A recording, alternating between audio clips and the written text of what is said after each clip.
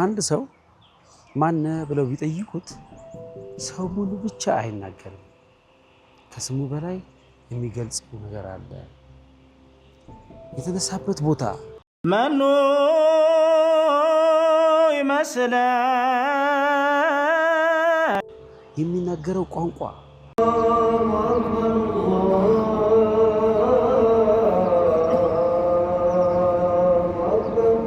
የሚያከብረው ባህል፣ የሚያዳምጠው ዜማ፣ የሚጫወተው ጨዋታ፣ የሚለብሰው ልብስና የቀደሙት ትውልዶች የተረከበው ታሪክ ሁሉ ነው።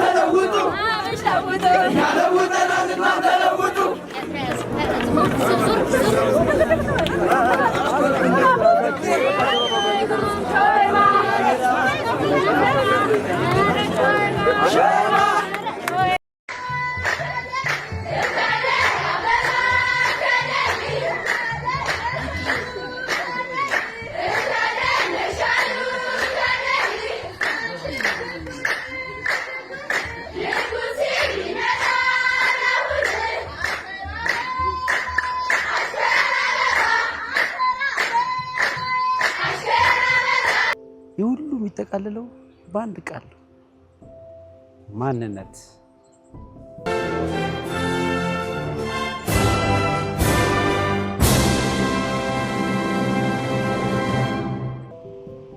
ማንነት ያለፈውን ብቻ መያዝ አይደለም፣ ዛሬ ማን እንደሆንን እና ነገ ምን ለቀጣይ ትውልድ እንደምናስተላልፍ የሚያሳይ መስታወት ነው። ባህል የአንድ ህዝብ የህይወት ታሪክ ነው። በአንድ ማህበረሰብ ውስጥ ሰዎች የሚኖሩበት መንገድ፣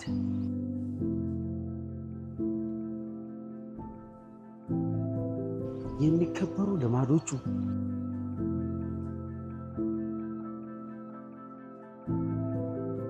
የሚተላለፉ ታሪኮች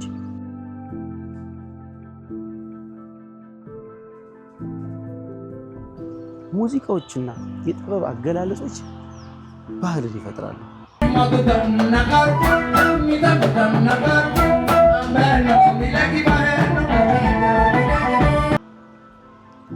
አንድ ዛፍ ስሩን ሳይረፋ ወደ ሰማይ እንደሚያድግ እኛም ወደፊት ለመሄድ የመጣንበትን ማወቅ ያስፈልጋል።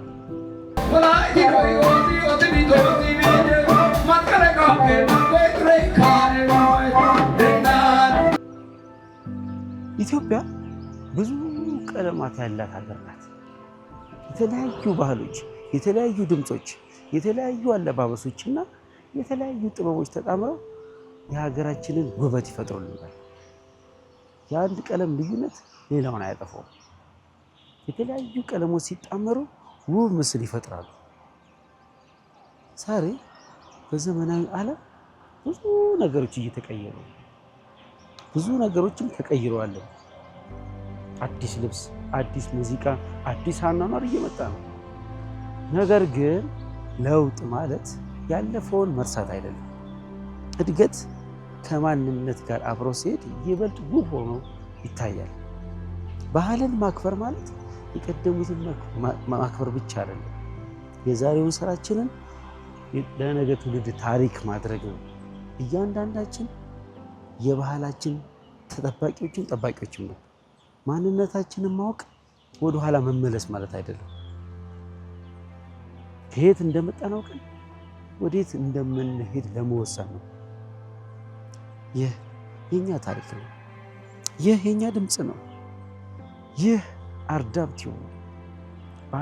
ባህላችንን እንውደድ፣ ማንነታችንን እናክብር።